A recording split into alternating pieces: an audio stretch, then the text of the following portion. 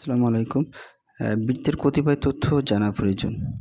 যে সকল শিক্ষার্থীরা বৃত্ত সম্পর্কে এখনও কনফিউশনে আছো এবং বৃত্ত সম্পর্কে জানতে আগ্রহী, যে বৃত্তের এখনও স্যার সমস্যা হচ্ছে, বৃত্তের সূত্রগুলো কখন কোন সূত্র ব্যবহার করব, এই সূত্রগুলো আমরা জানি না, তাদের জন্য বলছি আজকের এই ভিডিওটি দেখো। এক্স অক্ষের খণ্ডিত অংশ, এই সূত্র তোমাদের লাগবে 2 দিয়ে জি স্কোয়ার মাইনাস সি।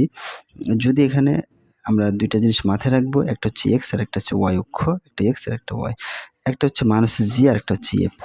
যদি কোনো এক্স হয় তখন এখানে মাথায় রাখবে জি হবে, যদি এখানে ওয়াই আসে, এই যে ওয়াই অক্ষ বলছে, তাহলে এখানে হবে এফ। এটা টেকনিক মাথায় রাখবে, তাহলে তোমাদের জন্য সুবিধা হবে। মূলত যেহেতু এটা সূত্র, তারপরে এক্স অক্ষের খণ্ডিত অংশ 2 দিয়ে root g square minus c, আর ওয়াই অক্ষের হলে 2 রুট দিয়ে এফ স্কোয়ার মাইনাস সি।